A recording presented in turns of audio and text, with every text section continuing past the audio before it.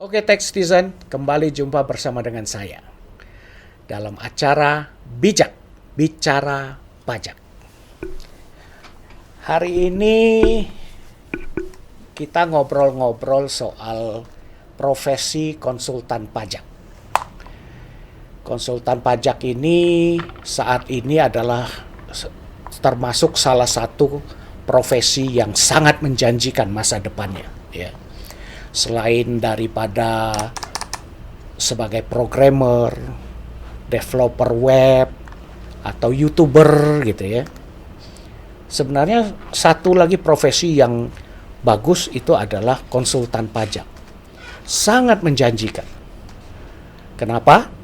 Karena saat ini konsultan pajak di Indonesia itu diperkirakan hanya sekitar 5 ribuan orang. Sedangkan wajib pajak sendiri itu mendekati 20 juta wajib pajak. Jadi punya peluang yang sangat besar. Bahkan kalau dibandingkan dengan penduduk Indonesia sekarang sudah 260-an juta jiwa. Jadi sangat menjanjikan. Kenapa? Karena pada dasarnya sebenarnya semua warga negara itu harus jadi wajib pajak. Wajib bayar pajak. Kenapa? Karena pajak adalah tumpuan utama dalam membiayai negara kita. Ya. Saat ini diperkirakan kalau nggak salah, sekitar 80-an% dari APBN kita itu ditunjang oleh pajak. Jadi tanpa pajak kita nggak bisa loh menjalankan roda daripada pemerintahan ini. Nah, karena itu sangat masih terbuka peluang untuk mendapatkan pekerjaan, untuk mendapatkan penghasilan melalui profesi konsultan pajak. Nah, sebenarnya profesi konsultan pajak tuh apa aja sih? Konsultan pajak itu kerjanya itu membantu kliennya, dalam hal ini adalah wajib pajak. Pertama, antara lain ya, yaitu bagaimana membantu kliennya untuk mengisi SPT atau menghitung pajak dari kliennya, baik itu apakah pajak penghasilan atau PPN atau pajak jenis lainnya. Kemudian setelah menghitung, mengisi SPT-nya dan membantu melaporkan. Dan tentunya jangan lupa membayar. Setelah itu apabila kantor pelayanan pajak memerlukan informasi lebih lanjut atau memfollow up atas laporan-laporan yang sudah dibuat, misalnya ada kurang lapor, ada laporan yang masih salah, atau nanti harus ada konfirmasi karena kantor pajak mungkin tidak memahami apa laporannya, maka klien diminta untuk hadir ke kantor pelayanan pajak. Nah, dalam hal ini, kalau si klien kita ini atau wajib pajak kita ini misalnya tidak mau repot, maka dia tinggal menunjuk konsultan pajaknya agar konsultannya yang bekerja, yang mewakili, ya kan? Nah, karena mewakili itulah disinilah peran daripada konsultan pajak. Jadi menjadi wakil sekaligus kuasa daripada wajib pajak untuk menghadap ke kantor pelayanan pajak. Itu kalau yang secara umum. Tapi juga ada satu kewajiban, yaitu kadang-kadang kantor pelayanan pajak akan melakukan pemeriksaan pajak atas laporan SPT daripada si wajib pajak. Nah, wajib pajak bisa juga memberikan kuasa kepada konsultannya, dalam hal ini profesi konsultan pajak tersebut, untuk menjadi wakil dan sekaligus kuasa daripada wajib pajak atau kliennya ini untuk menghadap kepada pemeriksa, lalu beracara di dalam pemeriksaan tersebut, lalu mencoba untuk membantu wajib pajak bagaimana mempertahankan SPT, laporan SPT yang sudah dibuat gitu ya. Ya itulah antara lain. Bahkan lebih lanjut, kalau sampai terjadi sengketa harus sampai ke pengadilan pajak, nah konsultan pajak akan mewakili wajib pajak untuk menghadiri sidang-sidang di pengadilan pajak. Jadi ini ada istimewa ini, di mana wajib pajak atau si klien nggak perlu repot, dia cukup cari duit terus. Dan urusan pajak bisa diwakilkan secara penuh kepada konsultannya ini. Nah ini profesinya. Menarik kan? Dan lumayan loh bayarannya. Kalau TaxDizen bisa menjadi konsultan yang qualified, yang canggih gitu kan. Wah lumayan bayarannya. Tapi paling tidak kita nggak usah terlalu pusing dengan harus banyak-banyak cari profesi yang lain, ya kan? Dan satu hal lagi, pajak itu sifatnya wajib. Karena itu pasti banyak orang butuh konsultan. Artinya konsultan harusnya tidak akan kekurangan pekerjaan. Karena banyak banget yang harus diurus. Kalau berdasarkan penduduk saja udah 260 juta. Belum lagi kalau satu orang punya 10 perusahaan. Bayangkan berapa banyak perusahaan kalau semuanya aktif jadi pengusaha, ya kan? Nah, itu kira-kira, ya. Tapi kita coba tanya ya. Ada satu konsultan yang sangat senior, yang sangat berpengalaman, sudah malang melintang di mana-mana, ya. Saya perkenalkan, ini dia guru saya sekaligus mentor yang sudah membimbing dan membina saya dari tidak tahu apa-apa sampai kemudian bisa jadi konsultan pajak. Ya, lumayan lah konsultannya bukan abal-abal gitu ya. Inilah guru saya, Bapak Zainal Bahri. Apa kabar, Pak? Baik, Pak. Alhamdulillah. Gimana kabar? Ya. Baik juga. Masih work from home ya, Pak ya? Masih, Pak. Stay home. Stay at home. Di Palembang kan, Pak ya? Masih di Palembang, Pak. Ini sudah dipanggil kemana-mana, tapi belum berani keluar, Pak. Sudah banyak undangan ini, tapi belum berani keluar. Iya. Wong Palembang, jadi asik di rumah terus nih. Yang penting pempek masih ada kan, Pak? Masih. Aman banyak itu. Saya berarti udah 5 bulan lebih loh enggak ke Palembang, Pak. 6 bulan lebih, udah. Pak. Lebih, Pak. Nah, Saya iya. saja di Palembang sudah 1 Maret. Ini Maret. hampir 5 bulan. Iya, betul.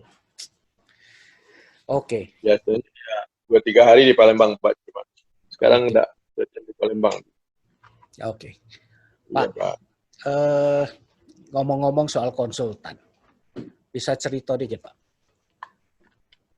Iya, terima kasih, Pak. Yang untuk semua, pertama saya ucapkan selamat siang ya. Assalamualaikum warahmatullahi wabarakatuh.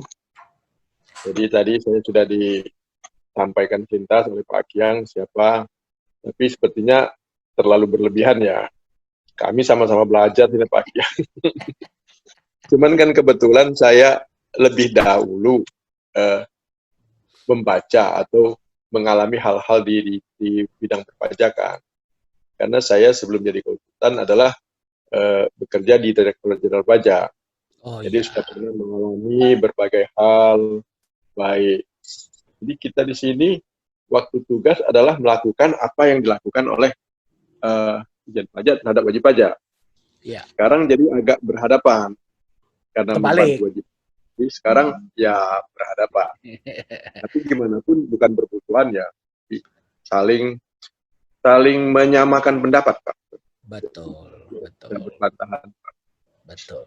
Ya, saya cuman tadi sudah disampaikan Pak Kiang ya dengan lengkap dengan jelas ya. Mungkin saya hanya kepengen menambahkan beberapa hal Mm-mm. dan diberikan secara umum bagaimana sih pekerjaan pengenalan pajak dan bagaimana wajib pajak memerlukan seperti apa. Kita mungkin perlu diketahui oleh para wajib pajak bahwa di dalam melaksanakan kewajiban dan hak itu diatur dalam suatu peraturan perundangan pajak. Oh ya, Jadi kewajiban tadi sudah disampaikan Pak Siang beberapa, tapi kalau kita simpulkan secara umum kita ini bahwa wajib pajak yang namanya wajib pajak, pertama dia wajib menghitung pajaknya. Kalau dulu sebelum tahun 83, wajib pajak ada repot-repot menghitung pajak. ya. Orang pajak yang hitungkan, namanya official assessment. Masih fiskus itu ya. Ya, wajib pajak tahunya hanya pada awal tahun mendapat surat ketetapan pajak Anda tahun ini bayarnya seperti ini, sekian. Tinggal kalau dia merasa cocok, ya bayar. Kalau tidak cocok, Ya, punya hak untuk melakukan keberatan ya, atau kalau sekarang tidak, hitung pajak itu oleh undang-undang ya. diserahkan kepada wajib pajak sendiri. Oke. Hitunglah pajak Anda menurut aturan undang-undang, bayar, lalu laporkan. Ya, Nah, ini masalah yang muncul. Secara umum lebih enak kan? Tapi masalah yang muncul, kadang-kadang wajib pajak untuk melihat apa sih kewajiban itu. Kalau kita baca kewajibannya, ya mungkin istilahnya numpuk bejibun ya. betul. Itu dari jumlah, belum dari pengertian. Ya, Ini aturan seperti ini, maksudnya apa ya? Bingung. ya, Kadang-kadang karena salah pengertian ini, menerapkan jadi salah. ya betul. Berbagai cara menghitung juga bervariasi, bermacam-macam. Ya, Juga cara melapor dan cara membayar berbeda, bermacam-macam. ya. Wajib pajak untuk menyelesaikan ini tadi dinyatakan Pak Kiang, repot, tidak ada waktu. Tidak usahakan untuk membaca aturannya supaya sesuai, untuk mengerjakan kalau sudah jelas, mungkin tidak ada waktu.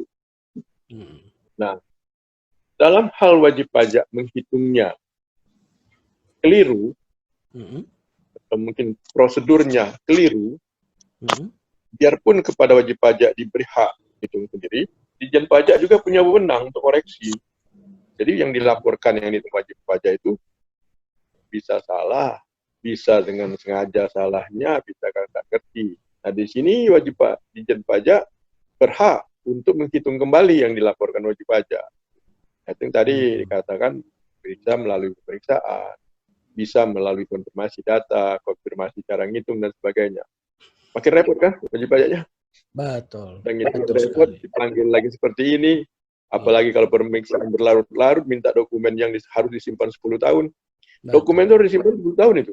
Ya, betul. Kalau dokumen dibuat sekarang, baru ditanya 2 tahun, 3 tahun lagi, ya mungkin di mana tempatnya. Betul. Nah, untuk hal-hal ini sepertinya memang diperlukan konsultan pajak itu. Ya, dapat dibayangkan wajib pajak. Belum juga nanti ada laporan rutin yang tiap bulan dilakukan. Ya. Tiap bulan juga bukan satu laporan, bermacam-macam pajak. Betul. Ada yang pajak dia sendiri, wajib pajak juga diberi kewajiban memotong pajak orang lain, memungut pajak orang lain. Nah, ya. Dan di samping hak, samping kewajiban, wajib pajak juga punya hak, bermacam-macam hak. Misalnya hak, minta tunda membayarnya, minta tunda melapornya, atau hak untuk bertanya ini bagaimana aturannya, atau kalau ternyata dia terlanjur membayar tapi lebih, bisa diminta. Nah, untuk minta hak ini bermacam prosedur, bingung. Betul. Akhirnya kalau tidak ngerti, haknya menjadi hilang. Betul. Hak ini kadang-kadang bukan kecil. Betul. Ada wajib-wajib tertentu, hak yang dia minta, misalnya dia bayarnya lebih, bisa miliaran, puluhan miliar mungkin. Ada yang ratusan miliar. Betul. Masa tidak diambil? Betul. Sebaliknya kalau Diambil nggak turun lagi. sebaliknya kalau telat malah kena denda pula ya Pak ya. Iya. Atau Ah, salah ngitung. Ya kalau ngitungnya kena salah denda juga. kecil-kecil, Iya. kurang 100.000, ya bisa. Tapi kalau kurangnya miliaran, Nah, ini dan masalah. juga yang dihitung kembali oleh pajak itu belum tentu benar Nah, pendapatnya kan. ya, ya, Wajib pajak untuk menyanggah yang akan dikoreksi itu tidak tahu caranya, Pak. Nah, ya, bisa terjadi membayar tidak seharusnya. betul. Itu dari segi administrasi. Ya. Ada lagi yang lebih penting, Mm-mm. wajib pajak yang dianggap sengaja melakukan suatu perbuatan yang menyebabkan kerugian negara atau melakukan perbuatan tertentu, itu bisa dipidana. Pidana Hmm. pajak. Sampai Pidananya sampai tidak hanya penjara. iya, betul, Minimal, betul. minimal Pak. Minimal di penjara 6 tahun, 6 bulan. Nah, Ada juga yang minimal di penjara 2 tahun. Kan berat sekali. betul. Betul. Kita lihat di hukuman pidana umum, itu tidak ada yang hukuman minimal, Pak. Hmm. Hukumannya hukuman maksimal. Nah, hukuman pajak ini ada hukuman minimal. Belum di penjara, tambah lagi denda. Kamu kurang pajak sekian, itu tambah denda. Minimal 2 kali. Oh, Mungkin itu, Pak, tambahan. Ya, jadi ya. kita lihat betapa beratnya. Itu kalau satu jenis, kalau 4-5 jenis, dan bisa setiap bulan. Yang kewajiban tiap bulan, ada yang tiap Hmm. tahun. Nah, yang mana 1 bulan sekali, mana setahun sekali, ya bingung ya. Betul. Ya gitu, Pak. Makanya itu perlu konsultan, Pak ya. Supaya Sepertinya harus, Pak. ya, supaya wajib pajak nggak usah repot-repot, nggak usah pusing-pusing belajar lagi. Pokoknya cari penghasilan saja, Iya, Pak. Betul ya? iya. Jangan salah ngitung. Betul. Jangan nanti kita ngitung misalnya tanpa niat jahat, tapi dianggap sengaja niat jahat. Bukan cuma bayar pajak, bisa dipenjara. Bisa dipenjara, betul, betul. Kurang-kurangnya 6 bulan. Ya, Bisa sampai 6 tahun. Ya, betul. begitu, Pak. Ya, makanya itu perlu konsultan. Nah, kalau Bapak sendiri sudah jadi konsultan udah berapa lama, Pak? Saya jadi konsultan sejak saya pensiun, Maret 2009. Jadi sekarang sudah tahun. Tapi saya tidak langsung pensiun dapat jadi konsultan, tapi setelah berapa bulan ya. Itu sekitar 10-11 tahun, Pak. Udah 11 tahun ya. Jadi Ya, konsultan 11 tahun, tapi sebagai pegawai pajak udah 30 tahun lebih ya. 36 tahun, Pak. 36 tahun. Wow. Total Iya, 47 tahun. Hampir seumur hidup berkecimpung di pajak saja, Pak. iya, Pak. Ini udah suhu master, grand master ini, Pak. Bukan bukan suhu, tapi Pak banyak mengalami, banyak melihat hal-hal yang ada kejadian begini, penyebabnya begini. Pokoknya Kalau kejadian begini, selama ini solusinya seperti ini. ya, pokoknya udah hafal luar dalam lah itu. Sambil tidur pun mungkin bisa ngisi SPT itu, Pak. Saya kalau ngisi SPT, mohon maaf ya, saya tidak pernah melakukan teknis. Kalau misalnya ada wajib pajak minta bantu melapor, tapi kita kan grup sini ada bagian itu ya. Oke. Tapi kalau saya pribadi tidak pernah melakukan itu. Emang Bapak di grup mana, Pak? Ya, Bapak di ya grup saya mana? kan tergabung di Tax and Team, Oh, oke. tergabung di MyTax konsultan. Ada Oke. grup lain dan ada juga yang misalnya secara parsial independen lah Pak, teman-teman minta bantu kita Ya. datang. Tapi sekarang full di Tax and Team ya katanya ya, Pak. Tax and Team sementara mungkin boleh dikata nanti akan jadi minimal 50% saya aktif di sini Pak. Oke, baik. Tax and Team ini kan yang di Jakarta kan, Pak ya? Iya Pak. Betul. Oke, Pak. Konsultan pajak ini kan katanya kan sekarang gini, banyak sekali profesi yang sudah diganti oleh IT atau robot katanya. Nah, kemungkinan Pak, menurut Bapak ke depannya ini konsultan pajak bakalan diganti oleh IT nggak? Jadi Pak, ini pemikiran saya ya. Secanggih apapun bikin IT atau robot, tapi kan pola pikir manusia beda Pak. Oke. Dan undang-undang itu, peraturan pajak itu kan suatu undang-undang. Ya. Apakah robot itu, katakanlah tanpa ada perubahan apapun, inilah undang-undang. Ya. Apakah dia bisa mengembangkan menafsirkan Pak? Bisa, saya tidak mungkin lepas. Oke, bisa untuk yang sudah yang seperti itu misalnya yang sudah jadi, mungkin makan waktu lama ya. Lalu ada perubahan sedikit saja. Apakah dia bisa langsung menganalisa? Ada hal khusus yang tidak jelas aturannya di undang-undang atau gimana ya, menafsirkan dengan berbeda. Apakah robot ini bisa? Tidak tahu Pak, tapi kalau memang nanti sudah canggih, dan kalaupun begitu, pertama robot kan akan dikendalikan oleh manusia juga, mungkin hanya mengurangi Pak. Mengurangi, bukan berarti jadi profesi urusan pajak itu akan hilang. Dan lagi kalau misalnya nanti pihak Ditjen Pajak, kan sekarang seperti yang Bapak bilang, kalau persentase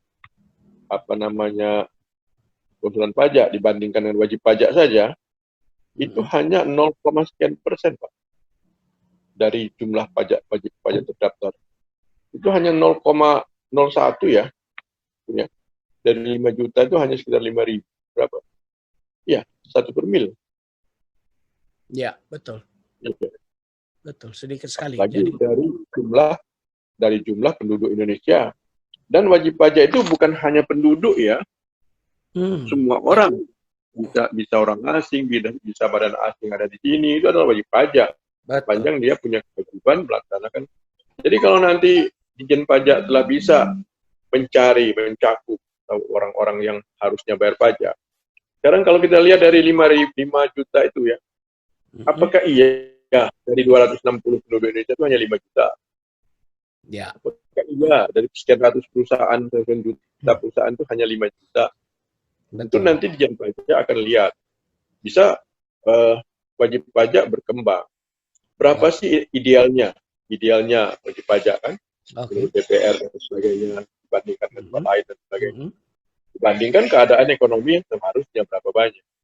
Tentu wajib pajak bertambah. Kalau konsulen pajaknya itu juga, katakanlah tambah robot berapa banyak sih? Dan berapa banyak orang mampu beli robot itu? Ya, mungkin nanti sepertinya tetap kurang Pak, konsulen pajak. Ya Pak, itu pendapat saya Pak. Betul. Dan pajak ini nggak mungkin berhenti kan Pak ya? Oh iya Pak, selama kebutuhan atau ekonomi kita ditunjang dari pajak. Tidak tahu kalau nanti berubah kita kayak di negara-negara yang hanya mengandalkan sumber energi kan Pak, tahu Pak itu. Dan saja kan ada beberapa negara. Nggak bisa Pak, energi kan pasti ada batasnya, ada habisnya, ya kan? Iya. Dan kelihatannya juga semua negara dan sistem ekonomi yang saat ini ada semuanya mengandalkan pajak kan. Pajak. Betul. Ya Pak. Wah ini memang profesi yang sangat menjanjikan dan masih terbuka luas, terbuka lebar. Betul. Karena itu sayang nih kalau tidak memanfaatkan, mumpung masih terbuka lebar. Ngomong-ngomong, sebenarnya untuk bisa jadi konsultan pajak syaratnya apa kalau menurut Bapak? Itu syarat mengenai konsultan pajak itu diatur berdasarkan peraturan Menteri Keuangan.